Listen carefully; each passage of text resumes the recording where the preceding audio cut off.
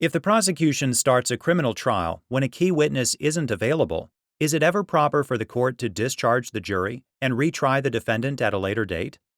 We explore that question in Downum v. United States. The United States charged Raymond Downum with mail theft and forging stolen checks. Rutledge was a key government witness on several counts because he was the payee on some of the stolen checks.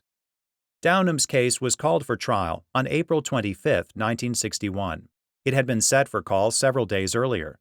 At that time, the prosecutor prepared subpoenas for the government's witnesses and delivered them to the marshal for service. On April 24th, the prosecutor's assistant checked with the marshal regarding service on Rutledge. The marshal advised that Rutledge hadn't been served. Rutledge's wife didn't know where he was, but had agreed to let the marshal know if she found him. Rutledge's wife never got back to the marshal, and no one from the prosecution followed up. When Downum's case was called for trial, both sides announced that they were ready. They selected and empaneled a jury. That afternoon, before any evidence had been presented, the prosecutor asked the district court to discharge the jury because Rutledge wasn't present. The district court denied Downum's request to dismiss the counts on which Rutledge was a key witness, and it discharged the jury over Downum's objection.